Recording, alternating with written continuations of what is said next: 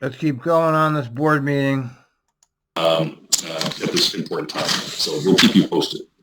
Next, I just want to ask if Sam Dessou, our Chief Operating Officer, can maybe just review our quarterly performance. So, all right, here we go. Sam Dessou. Sam, maybe turn it over to you, and I think you've got the presentation ready to go. All right, Doug, I'm on. Is the presentation up, Jeff? Yep, there you are. There we go, coming up right now. There we go. All right, good morning, President Warner and Board of Directors. I will be presenting to you today the third quarter 2020 system. All right, let's stop this. Satisfied riders deliver safe, efficient, equitable service, ensure a culture of safety, continue to maintain a safe environment. Rail violation, yeah. That's Kelsey's big goddamn witch hunt. Bus collision rate remains one of the lowest in 5 years. Well, that's good news. Performance report highlights, and I am going. If you can believe it, I mean, there's really no way to verify any of this information, as you know. I mean, they're telling you the information. And there's no way we out here in the world can actually verify it or dispute it. I mean, they're telling you the facts, and there's no way to check them. To feature the months of July, August. I'm not saying they're lying, but you know, this is in September 2020. I will also compare the third quarter of 2020 to the performance of the third quarter of 2019. There are several key highlights here for this report. First, our rail violations continue to decrease. Our bus collision rates is one of the lowest in the last 5 years. We will continue to maintain a safe operating environment for our employees and customers during the civil unrest that we dealt with during that time frame, and we rerouted our service around all of the civil unrest. Also during this time, we were dealing with the challenges of the wildfires and some of the worst air quality recorded in Oregon's history, along with the continuation of the COVID-19 pandemic for face masks and social distancing on our vehicles. Also, we had 80 employees that had to take time off to evacuate their families and their animals from the wildfires. I want to just pause and just tell you how we feel. We are very grateful that our employees continue to show up and carry out our mission. Next slide, Jeff. Well, they don't have much choice, do they? They need to get paid. Most of the drivers I know are not independently wealthy. All right. Continue. What's going on? As you can see here, we had a 7.9 percentage point increase for bus on-time performance. The region was under Governor Brown's stay-at-home orders, and there was less traffic on the roads.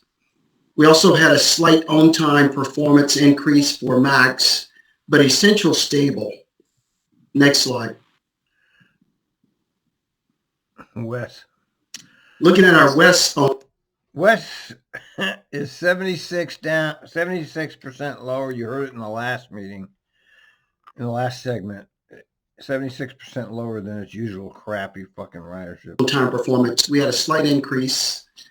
Our West on-time performance has recovered nicely after the positive train control work was completed at the end of 2019. Next slide.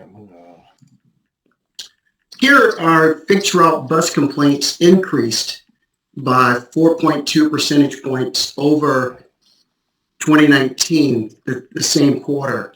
But I want to just pause here and please remember what we were dealing with in the third quarter of 2020. We were dealing with COVID, we were dealing with the wildfires, we were dealing with the enforcement of masks, we were dealing with the social distancing piece of it. We were dealing with enforcing maximum social distancing on the vehicles. There was a lot of anxiety. We had conflicts. And lastly, we dealt with the civil unrest that was there. Another piece of our customer complaints as well is that the Steel Bridge project was going on for the entire month of August. So we had to reroute our service to complete that project. So we had 1,081 complaints from 6.2 million boardings. So when you compare that to third. See, I'm going to always object to the way they present this information. We don't want to know the boardings. How many people are riding the system? How many complaints per 1,000 people? They have to always obscure this with your boardings. Forget the boardings. How many people are riding these buses and trains? How many actual people? But they don't tell you that because this sounds better. So, I mean, it's not honest. It's not honest. They're not presenting honest figures. We don't care about boardings. We want to know how many people are riding the system. But they don't tell us that because it makes them look better to tell us this. Quarter 2019, we had 1,885 complaints from 14.3 million boardings. Next slide. Our max light rail complaints have slightly increased due to the same things, the COVID-19, the enforcement of social distancing on vehicles, also the fires in Steel Bridge project of rerouting service during civil unrest. Out of 3.8 million boardings, we had 91 complaints. So if you look across the quarter here on the rail side, we had 90 days basically for that quarter. So basically we were looking at one complaint per day. One? Next slide. One complaint a day? We continue to decrease our rail rule violations by 39.2 percentage points. Rule violations per 1 million miles over quarter 3, 2019. This is great news for us. We have been. I don't know why anybody would want to work at rail. You know,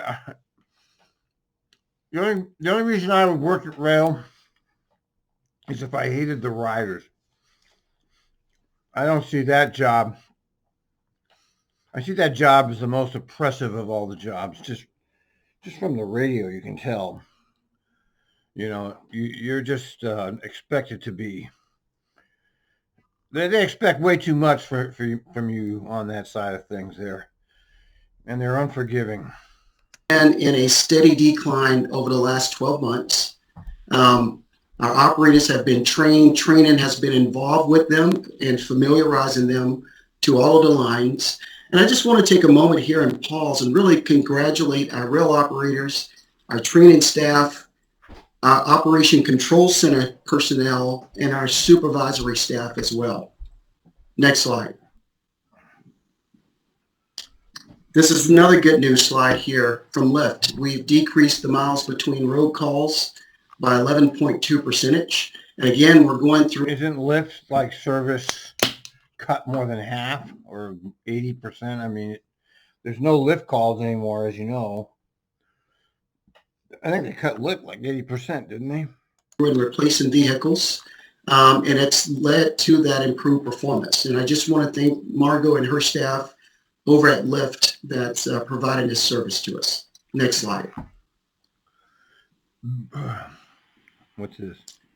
Here you see our fixed route bus mean distance between failures had an increase by 22.1 percentage, or an increase of 1,840 miles over quarter 3, 2019. One of the things I want to just point out here is the average mean distance between failures between our peers is about 11,000 miles. So we are just slightly below, but we're working. Want to give credit here to our mechanics. Well, it doesn't translate to what we hear on the radio. Okay, we hear loads and loads of mechanical breakdowns. Nothing different from any time I've ever listened to the radio. Keep our vehicles mechanically sound. Next slide. Our max mean distance between failures has a modest increase by 12.9 percentage points or 1,400 miles. And again, this is due to a fewer failures in our Type 1 doors. How come the doors are such a mess? The bus doors are a mess and the Max door. Why can't these transit agencies create vehicles that have doors that actually work properly, reliably? Which the Type 1 LRV vehicles are 34 years old. We have 26 of those vehicles. And in about 2 years, you'll start seeing us replace those Type 1 LRVs. But again, more miles between failures mean a higher train reliability. Next slide.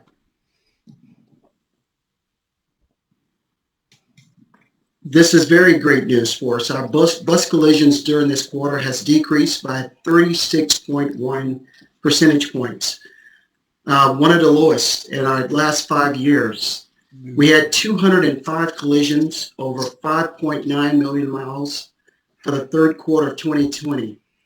This decline is primarily due to a decrease in mirror strikes and hidden fixed objects. Also, there was less traffic on the roads with the governor's stay-at-home orders. But again, I want to congratulate our bus operators and our training staff for ensuring this goal that we've met and we've set here. Next slide. Our overall rail collision rate remains low.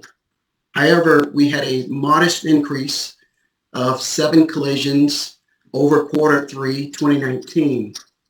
So in 2019, we had our lowest number of collisions, which was about 10 in the last 5 years. We've traveled 1.1 million miles in the third quarter of 2020 with only 17 collisions. This is less than 1.5 collisions per week for the entire quarter.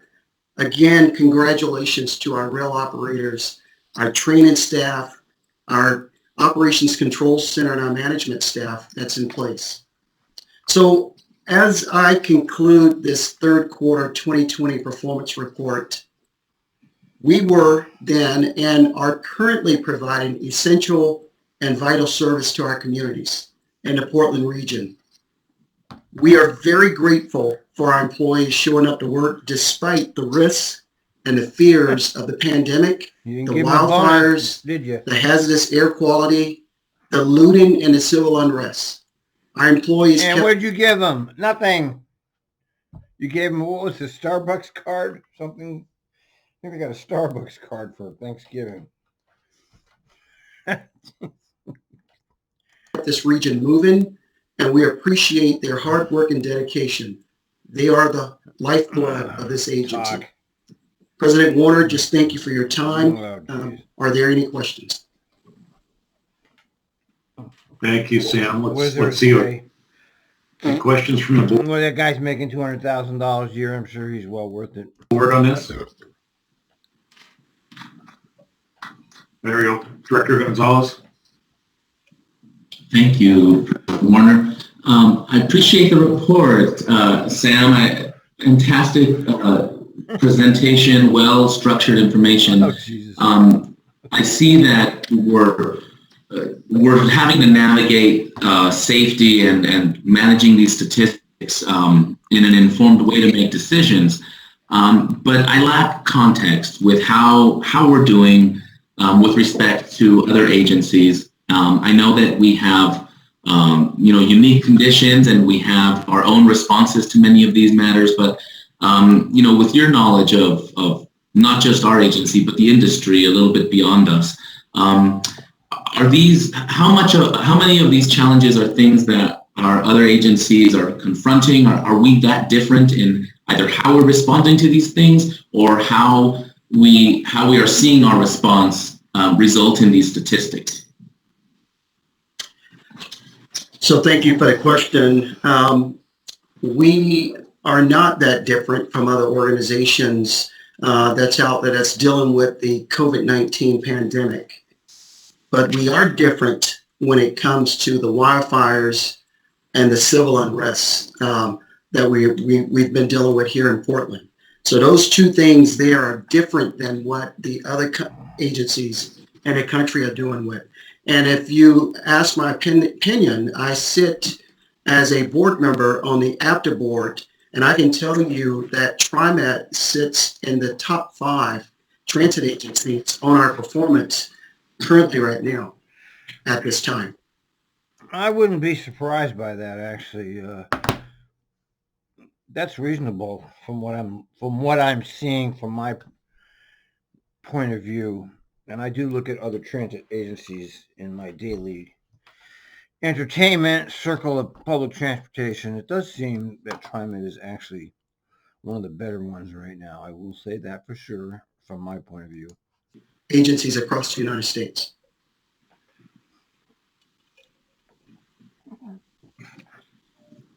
Thank you. Thank you, Eddie. Sam, thank you very much for all your work and everybody's work, as you said, from our frontline operators to trainers to supervisors to the maintenance team, who never gets the credit. Oftentimes they're behind the scenes, and they're very much part of the unsung heroes of the agency. So thanks, Sam, for your leadership on this. If there are no other questions, I'm just going to move on. I've got 2 other items, if I can. Oh, sorry. No, please, move forward. Okay. I just want to also, next item, just to bring your attention to a change we made in our Lift Paratransit reservation system. Just this month, January 1st, we reduced the amount of time allowed for advanced booking from 7 days to 3 days. We think a really positive step forward. Oh, yeah. Okay. The change itself we put in place follows an extensive conversation I didn't know that. with CAT analysis, which That's the first I've heard of that, but that's definitely a positive. Yes, congratulations. Good look, good. Found that 70% of our lift cancellations or no-shows at the door were booked 4 to 7 days in advance. Right. By reducing the reservation window here to 3 days, we feel we were able to really increase efficiency, reduce costs associated with the bookings that go unfulfilled. Well, it shouldn't be the cost. Look, it always comes down to money with everything in our fucking lives. It pisses me off how fucking money is just every part of our fucking existence now. It should be, it's better for the people they don't need as much notice, which is better for the riders. Fuck the money. Jesus. You're tax-funded agency. You're all making 6-figure salaries. God. I really want to applaud Jan Campbell, who chairs CAT. I think everybody here knows her, for her help to make this happen. So thank you, Jan. Well, you didn't even mention the riders. We did vet, as I indicated, the plan and the whole implementation prior to implementing it with CAT, and in terms of understanding the intentions and the projected outcomes that we have. So I do want to, my hat's off to Margot Moore, the whole team, the IT teams involved in this, and the project team, really an innovative way to help actually better serve our customers. So there's less planning needed and more support to get us where we want to go to increase the service level. So I think it's a pretty exciting initiative for us, and we'll report back down the road as we see the results and ultimately what the customers, the people we carry, what their viewpoints are on this. So finally, last item up is I'm just going to call up Ellen Lato to briefly talk about the business plan. For all the work that's gone into this, everybody knows how much work does go into these, and the culmination of board's input over the few strategy sessions this last fall.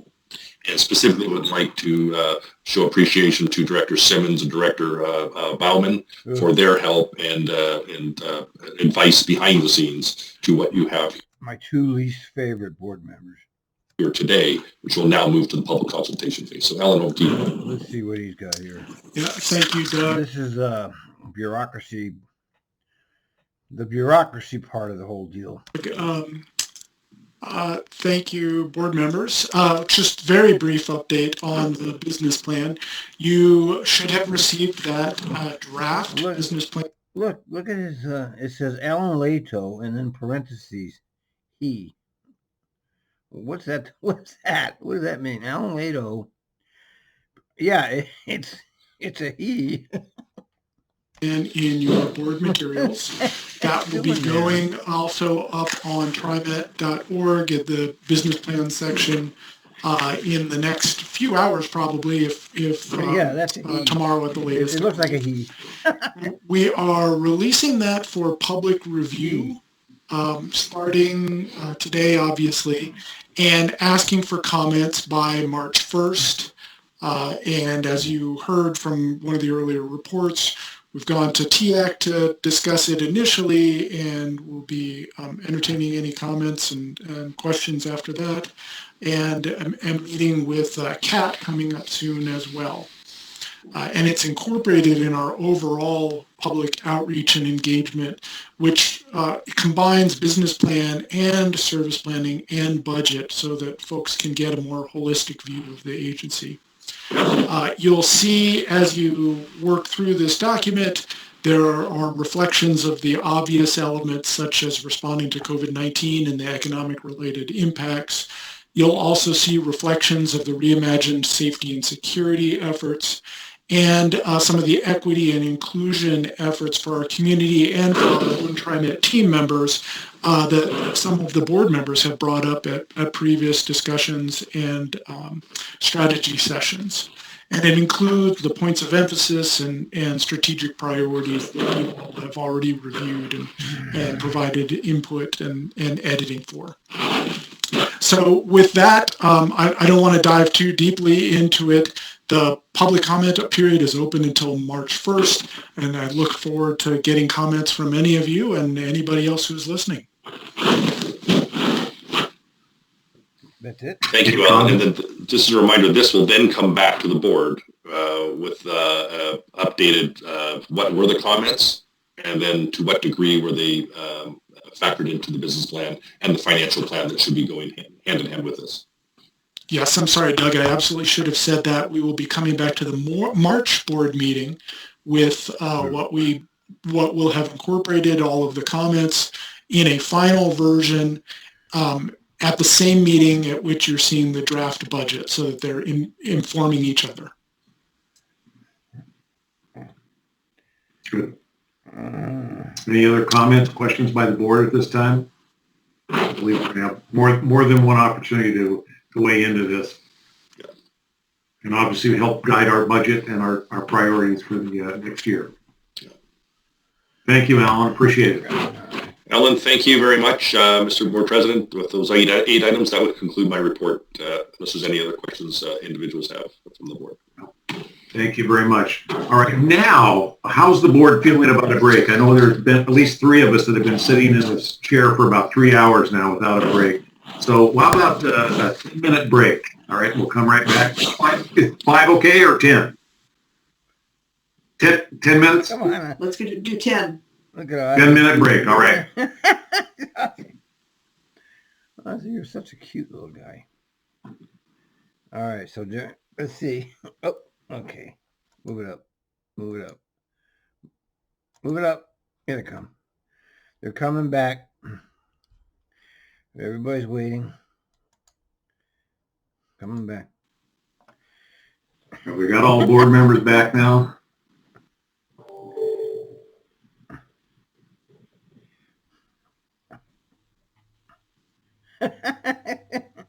You just watch Ozzy. He's the star of this show.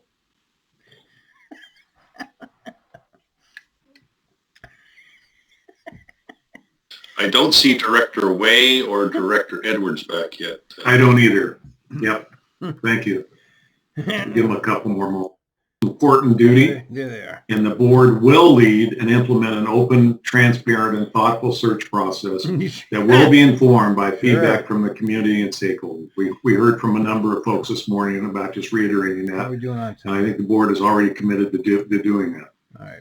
And with the board's guidance, Trimet staff will be developing public engagement opportunities for all over the next few weeks. And Trimet, I think, has demonstrated a strong history of inclusive community engagement. And I want to say, even with all the challenges posed by the pandemic and the social distancing, the agency will conduct extensive outreach and connect with riders, employees, stakeholders, and the public, just like we did in reimagining public safety in the latter part of last year. So there will soon be more details as the agency puts that overall outreach plan together.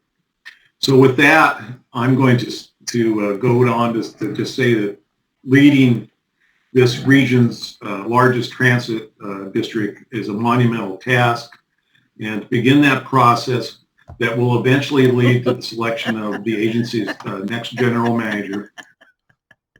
It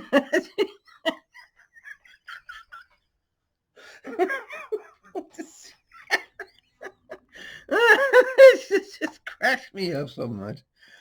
The board must first approve the general manager's position description. This is a procedural step, but a necessary one and a vital one to inform and begin our recruitment and hiring efforts. The board began the discussion last week at our January 20th public working session to identify areas of consideration that board members felt necessary to help inform the job description based on the challenges and opportunities that now confront us all. And with the board's feedback and input, I believe we now have a very robust and comprehensive job description for the board to consider here this morning. And again, please remember that our approval of this job description is just the starting point. There's still much work to be done, and we anticipate. It's all me and Pooty. Maybe we'll get more transit going on. Much discussion with our elected officials, stakeholder groups, advisory committees, riders, and more to revise this. Got 182 views on them. They're doing pretty good there. Job description further before it's used in any recruitment materials or advertisements. So with that, I'm going to turn it over to Director Bauman, who's been leading the search committee, for her comments and recommendations. Director Bauman, are you ready? Yes, I'm ready. Thank you. Thank you for asking me to lead the search committee. I think we are very excited to start a very thorough and deliberate process. So by adopting the position description today, the board's taking, as Bruce mentioned, just the first step in the GM search process. They only had a general manager since day one of 1969. So I don't know what this facade is about the general manager job description. They've always had a general manager, and he's always had a job description. So, what's the big deal? This is a procedural step that enables the search committee to begin meeting, but it's also a substantive step because it gives us a framework for obtaining input from the community, and which is something that we intend to begin to pursue quite soon. So we did meet last week. We discussed the knowledge, skills, and abilities that the board will seek in a new general manager. We started with a position description. Our baseline was a position description from 2017 and 2018. We discussed revisions from there. I do encourage everyone to look at the document. We started with, I think, a very thorough and well done position description, and we've now updated it, and it's quite comprehensive. I'll just mention real quickly some of the key additions or changes to the position description include safely bringing back ridership that was lost due to COVID, focusing on renewable energy initiatives, advancing equity in all of our work, and supporting initiatives around transit-oriented development. So after today, our next step will be for the search committee to begin meeting in earnest. We'll then plan to reach out to the community for your thoughts on what knowledge, skills, and abilities we should be looking for. And we also want to hear from the community about priorities for the agency as we hire a new general manager. And we'll take all that input into account as we go out and recruit a pool of candidates and then consider finalists and ultimately make a hiring decision.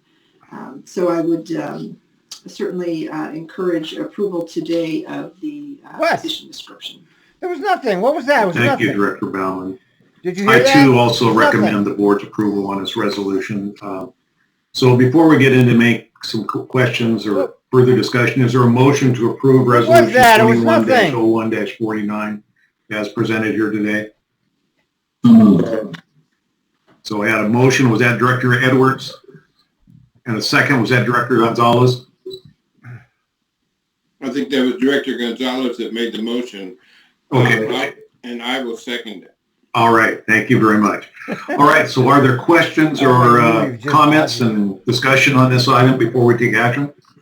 Director Edwards. Jeff, could you scroll up your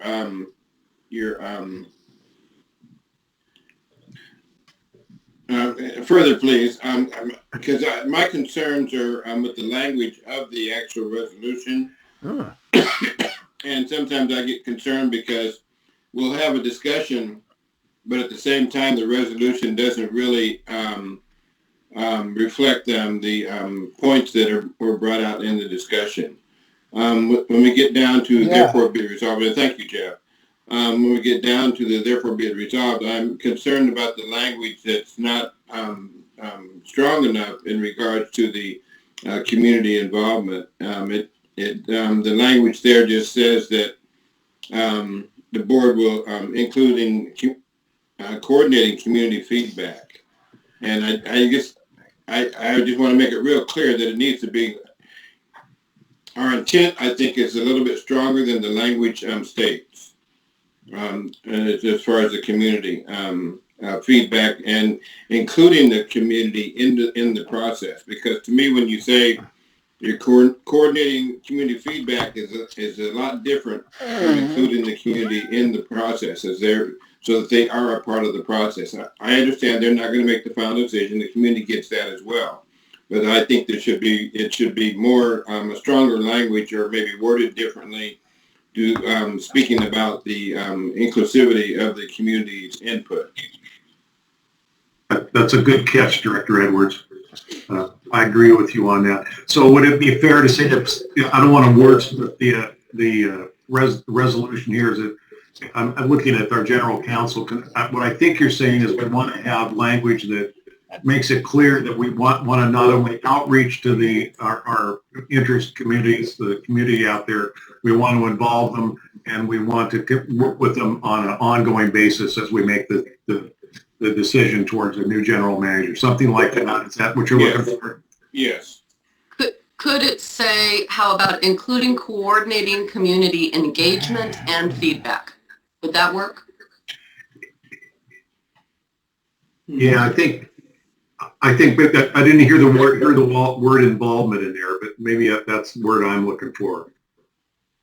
Involvement instead of engagement, we could do including community involvement and feedback. Okay. Something like that. Director Gonzalez, did you have a suggestion? If I can only unmute myself. Oh, sorry. I can go after Ozzy. Okay, thanks. Thank you, Director White. I was going to suggest, for consideration, including ensuring meaningful community feedback. There you go. There you go. I like that too. Director Wayne? Well, all those are also great words. I was going to suggest prioritizing the community feedback. Yes. So there's engagement. Yes. But, saying we are prioritizing this. Okay, so I think I've heard all of you, and if I wordsmithed it, how does this sound? Including ensuring and prioritizing meaningful community involvement and feedback. That includes. How about you get a citizens committee to help you with the screening process? How about that? And you give one seat to each of the organizations like Opal and Blanchett House and Bus Riders Unite, etc. It's everybody's comments. How does that sound? That's good. I see heads nodding. And so just procedurally, for directors, what you'd want to do is somebody would need to first make a motion to make that edit. So we'll table for a moment the motion that's pending on accepting the resolution. So let's table that, Kimberly. And we'll go back to asking, Board President Warner will ask the board if there's a motion to make this amendment to the resolution. If there's a second, you'll vote on that. Once that's passed, then you can go back to the original motion. Okay. So is there a motion for the friendly amendment language changes that were just discussed? I move, Mr. Chairman, I move to amend the motion with Once again, it's Mr. Edwards coming up with the proactive voice on the board here. the suggested language of General Counsel. Good. Is there a second? I second that. All right. Is there any further discussion? Hearing then. Oh, sorry, Keith, did you have a question? No. Okay. Hearing none then, if all those in favor of the motion to amend the language in this resolution, please signify by saying aye. Aye. Aye. Aye. Any opposed? Any opposed? Nay. Any abstentions? Motion to amend the resolution is approved. Therefore, we will go back to the full motion for the resolution in and of itself. Is there any further discussion or comments? Yes, Director Edwards. Yes, I have another one. I'm concerned about the language again that talks about working with the search firm and Trimet staff on recruitment and narrowing the candidate pool for review by the board.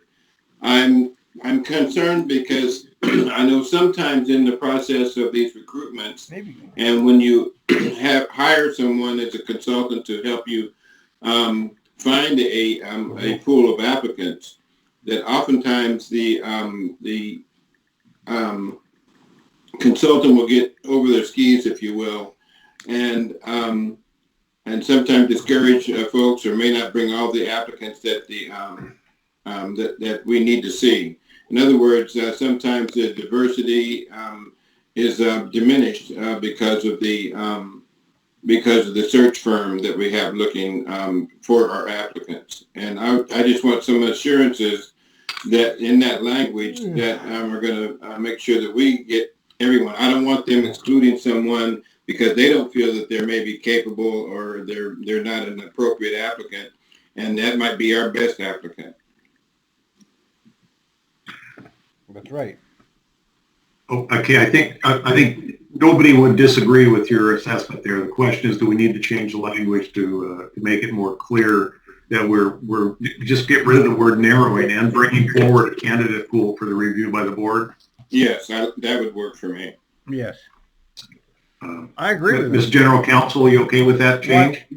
Again, you're going to need to do the two-step process that we've talked about. What two-step process? Why? I don't know if that... I'm sorry, General Counsel, I'm going to ask you the wordsmith that again for us. Yeah, make it happen. And let me think about that, because I do think that the search committee's function is to look at all qualified candidates and determine, from those qualified candidates who should come forward for the whole board to meet. And so that is going to be one of their functions.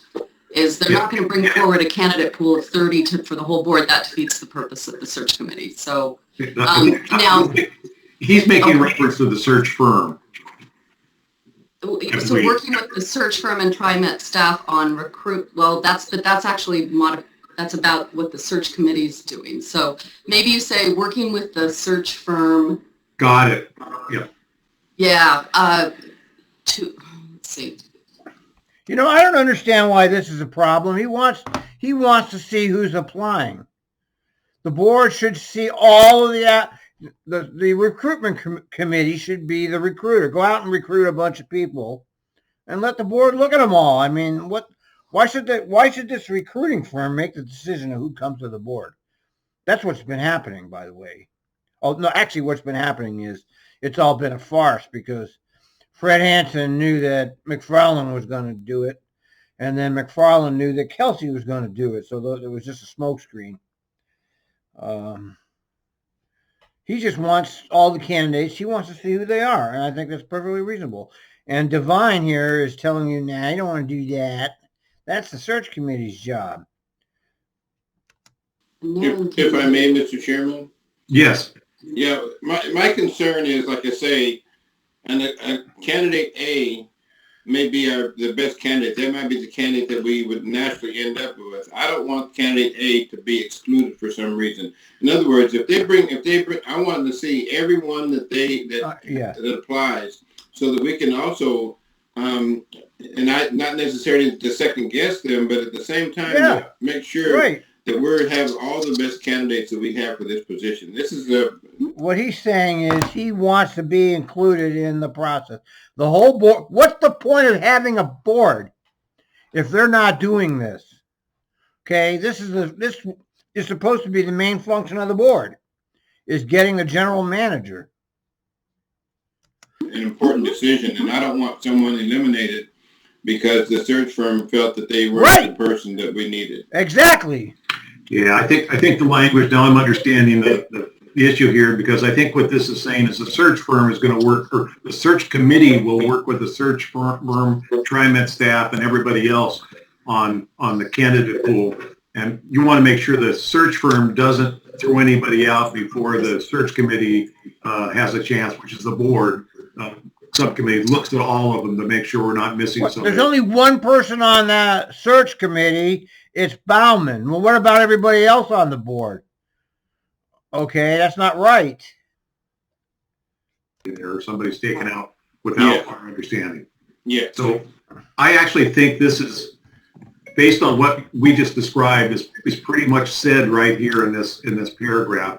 But I think we just need to understand our intent is to empower the search committee to work with the search firm and staff and us, all of the board, to come up with a narrowing. It says right here, board president established a search committee for assisting the board, including community feedback, working with the search firm and the search staff, narrowing. I don't like it either. I'd like all the candidates. Oh no, there's two people on that board.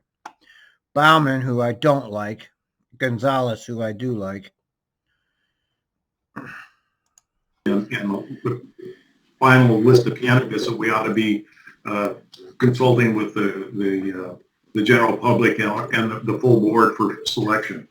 Yes. So I think this says it, Keith. I'm not worried now when I read it again. You're not.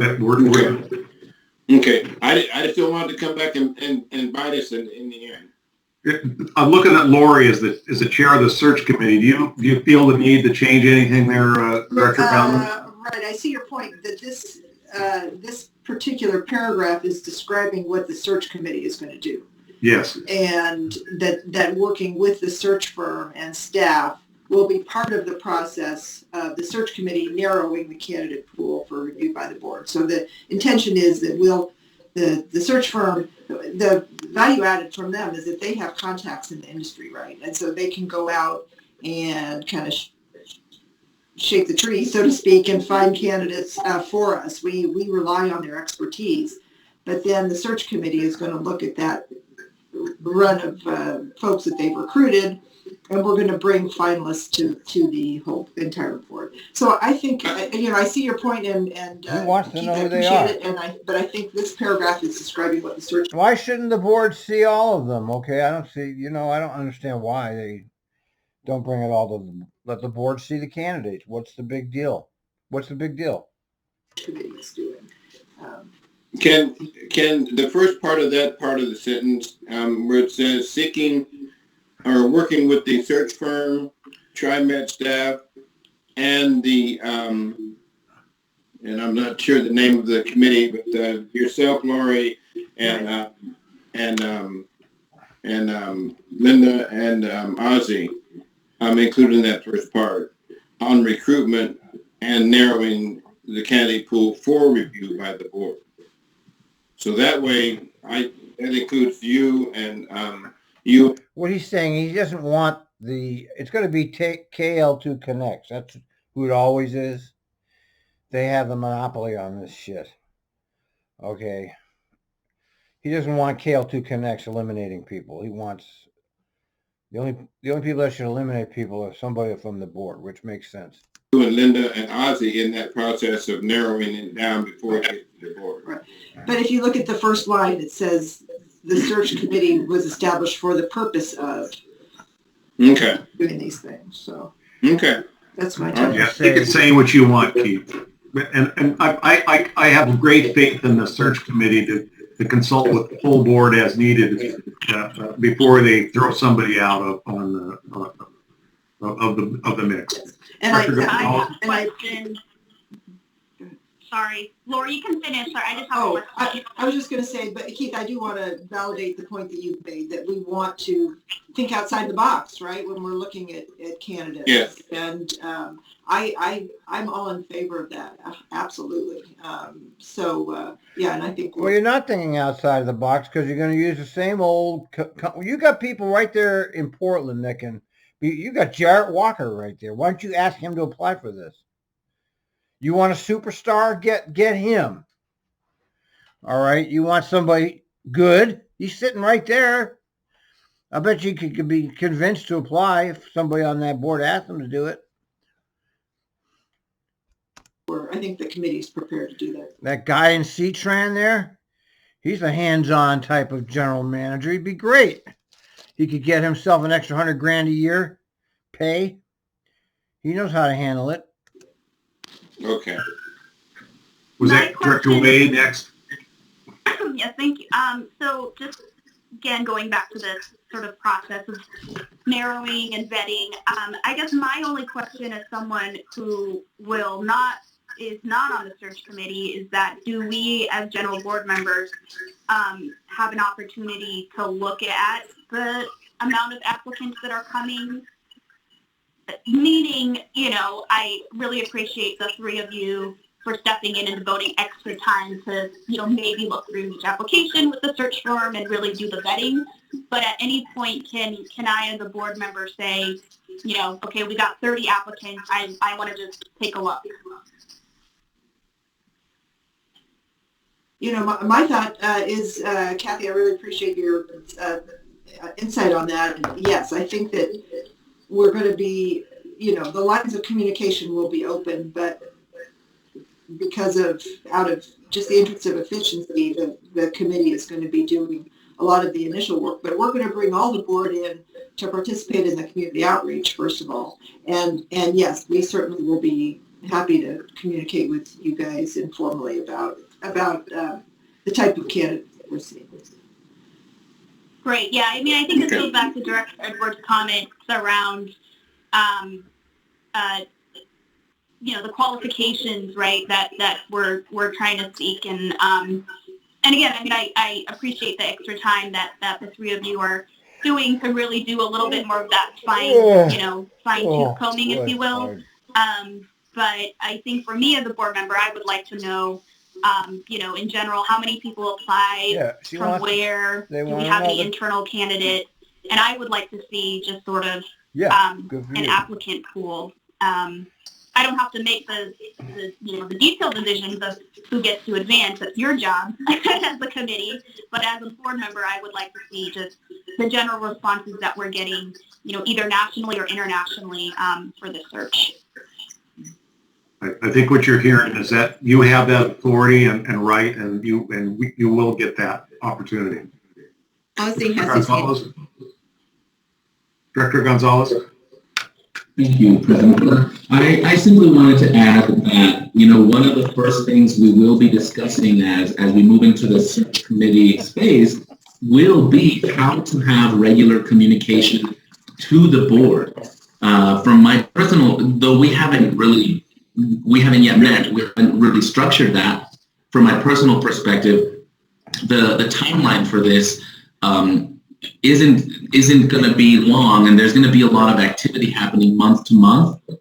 So I would imagine we will be having some regular reporting method that goes to the board, and in all likelihood, it's going to be more frequent than monthly. But we haven't really detailed what that looks like. We know that wanting to have some regular communication to the board, just on activity, what we've accomplished, what's happening next, is one way for board members to be able to tap into any part of that process and ask further details. And you better interview Trimet Deke, okay? He better be part of this pool because you're going to get an internal application. And you better give him the respect of an interview. I think that's the premise we're operating under now. What that will look like is what we've got to discuss next.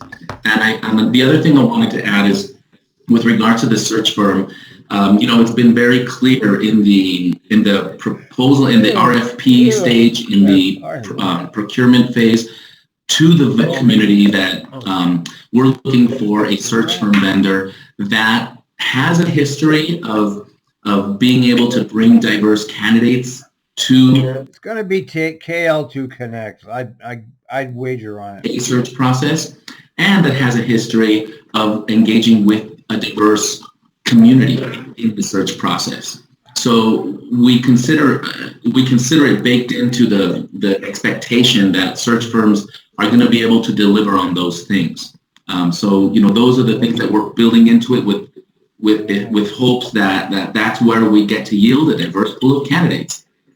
So we look forward to all of that. I just wanted to emphasize that those things are definitely top of mind already, both the diverse pool of candidates and the regular intervals of communication with the board.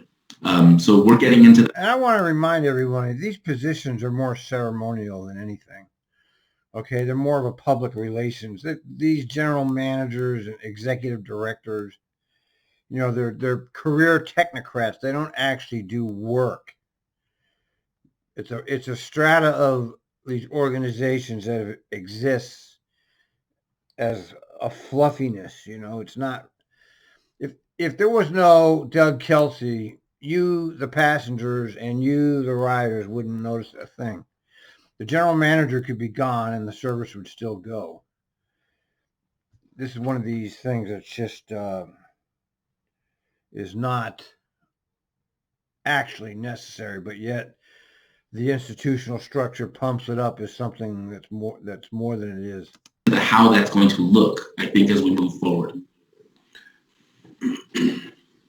Director Simmons, did you want to interject something? I took my hand down. Okay. Any other questions or comments or discussion? Keith is waiting. Yes, Mr. Chairman.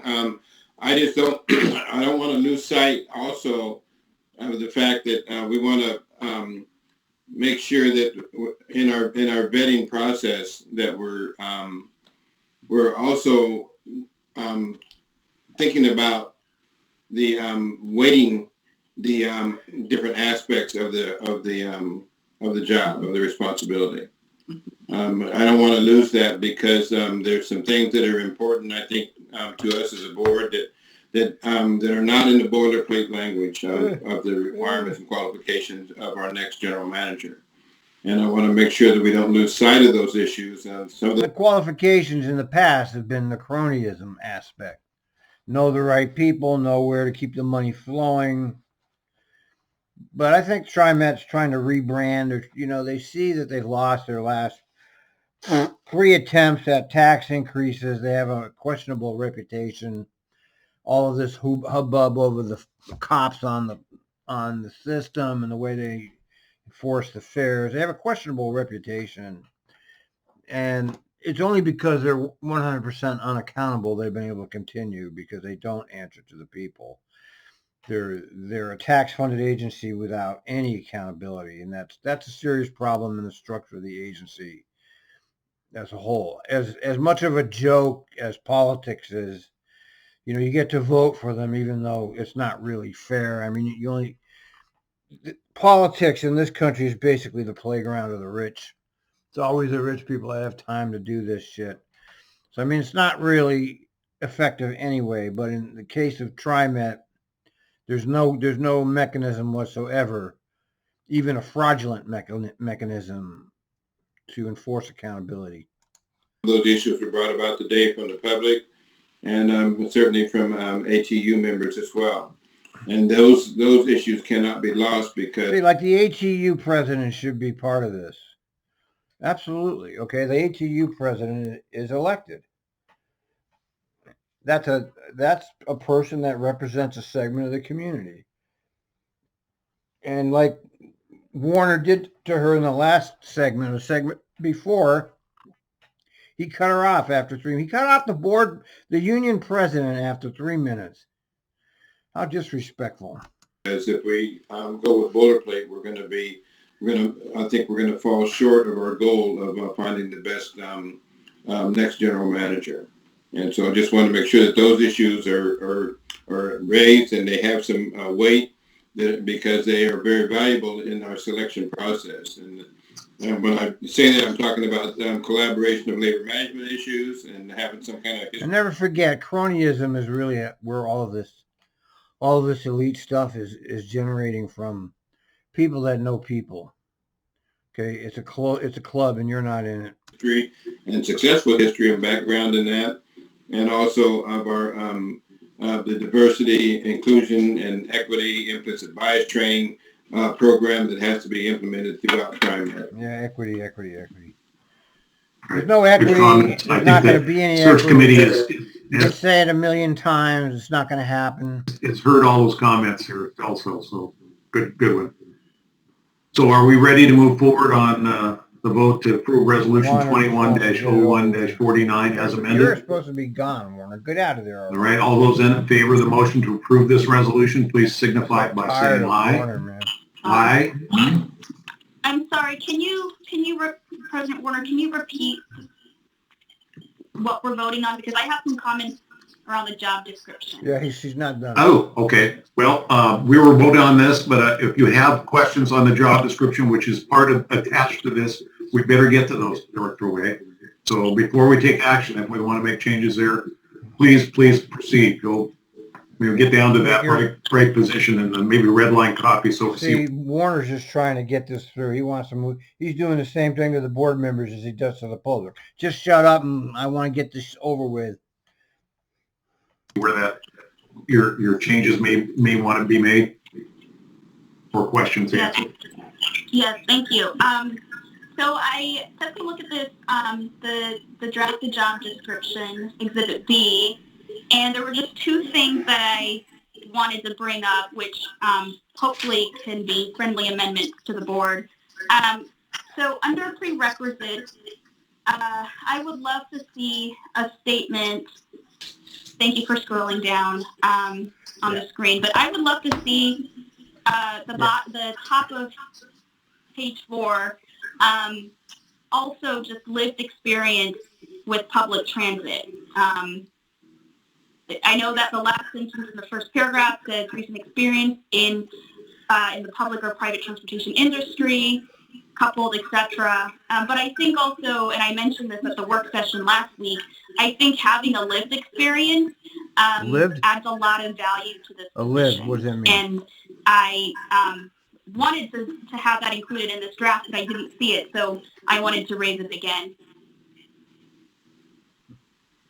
So you'd like to have in the first paragraph there a reference to experience in transit industry, is what I'm hearing?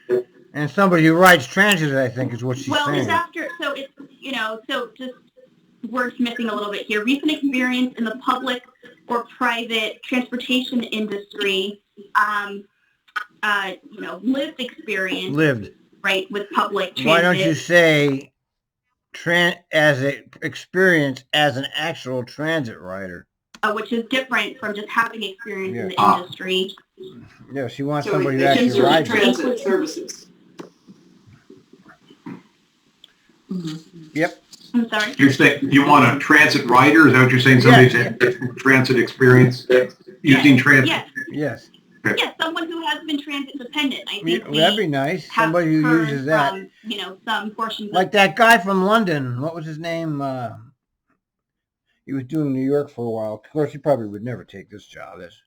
He's used to real class systems. But I think the salary is pretty good here. The community that guy, is something Byford. that we should Andy be Byford. prioritizing in the next business plan as well. It's not just choice riders, but transit-dependent riders, and how are we as an agency also going to continue to equitably serve folks who are transit-dependent. So I think we should include that in terms of this is also something highly valuable that the board, and speaking with one voice, would like to see. Now, whether or not that person is transit dependent, that's fine, but I think this is going to be a public document that gets hopefully widely distributed. So I would just like to incorporate that value in there. Can I make a suggestion then in that Please. that longer paragraph on page 4. See, now look at this. Look at this. Like Andy Byford, who was in the MTA. Here's a look at this guy's. Let me read you a little bit about his career. He started as a graduate trainee for London Underground in 1989, before progressing to a number of operational roles, including duty station manager in 1992, group station manager for King Cross 1994, station operations manager, and train service delivery manager. So he's been on all these different positions all over the place. And he was right out there, in case you hadn't noticed his, when he was at the MTA, he was right out there with the workers. Right out there, talking to them all the time. Word, second to the last line after transportation industry, add and experience as a transit rider, comma. Can I, this is Kim Sewell. Can I make a suggestion as well, or just a thought for consideration? These are prerequisites, and oftentimes job descriptions will have both prerequisites and preferred qualifications. And I think that having experience with transit, first, I think that arguably couldn't be included in the sentence as is, but I think as a preferred qualification that may be more appropriate. So it's something you can and should consider, but it's not literally a prerequisite. Yeah, prerequisite means that if they don't have it, they wouldn't be included moving forward. Right. So I guess it's more of a, for me as one board member, I think that to have someone with experience writing public transit, whether it's in Oregon or wherever or internationally, I think that should be a bottom line prerequisite. Yeah, good for you. And again, I think you have to be, I mean, I'm fine with not including transit dependent. Yeah, but you know, the Trimet salary is the same. I mean, Byford's making £355,000 in London. That's a real world class. He's not going to come here, but you can make the same money for Trimet Mickey Mouse system. Trimet's pay is way too high for what that job is. But you know, something to the effect of a prerequisite that this board is looking for. Oh, listen to this. Byford's grandfather was a bus driver for London Transport. Now isn't that something? The guy's grandfather was an actual bus driver. Is someone who has some level of experience. Good for him. Writing public transit, I think. You want a guy like that. I don't think it's a big ask.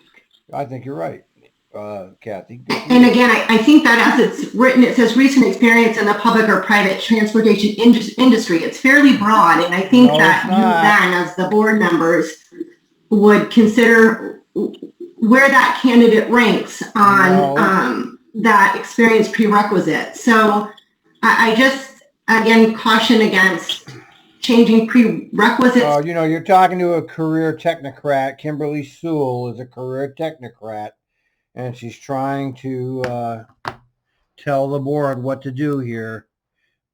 No, don't listen to her. Do not listen to her.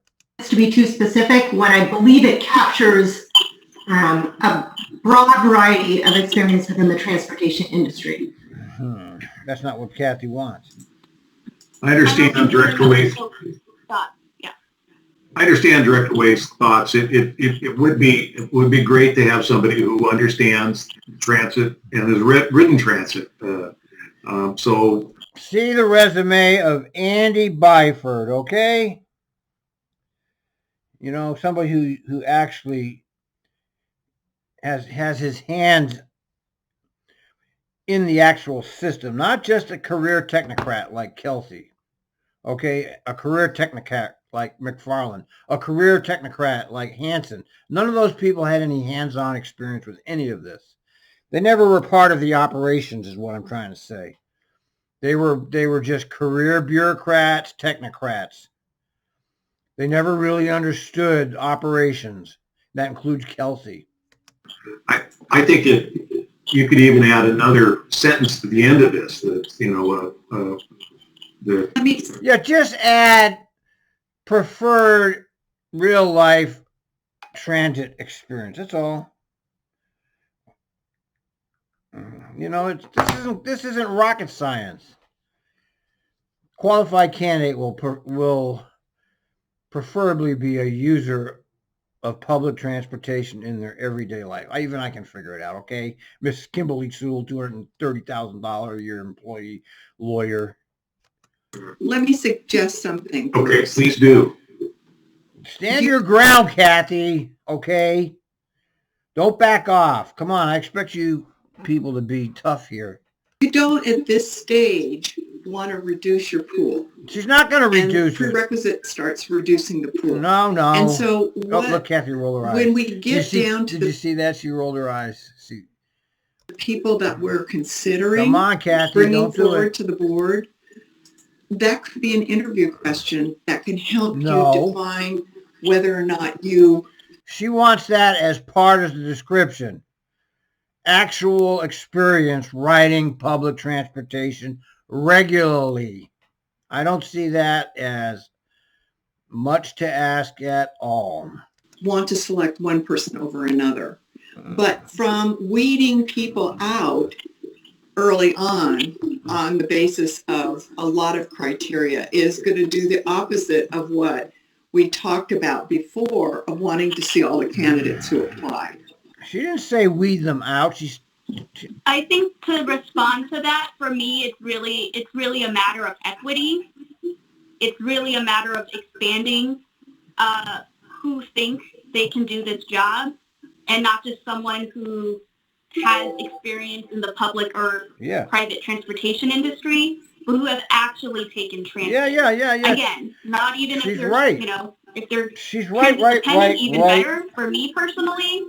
But for someone to say, I have ridden alongside people of different socioeconomic statuses to get from point A to point B in whatever region or whatever country that I'm applying for me to just have a little statement that says that, we're signaling a big, I think that to me as a board member, that's right. You put it in there. Signals something different. Can I think Director Simmons articulated it better than I did, and so I'll borrow her phrasing. Prerequisites narrow your candidate pool. They eliminate candidates, and so I don't think Kathy said make it a prerequisite. She said make it a preferred. Just say it's not eliminating you, but just see they're trying to stop her from adding this in there for some. I don't know why there's why is there resistance to this? I think what I was trying to articulate is you can still consider that as one of the qualities you're seeking. And like Director Simmons said, have that as an interview question and use that to gauge the candidate themselves. But to put it in as a prerequisite limits your candidate pool. And so it would be better off. No, it doesn't limit your candidate pool. It gives you specific criteria for who you want. All right, I don't know why they're fighting her on this, but I've run out of steam for today's board meeting, and I'll pick it up from here maybe tomorrow. I just don't understand what the resistance is here. Over and out.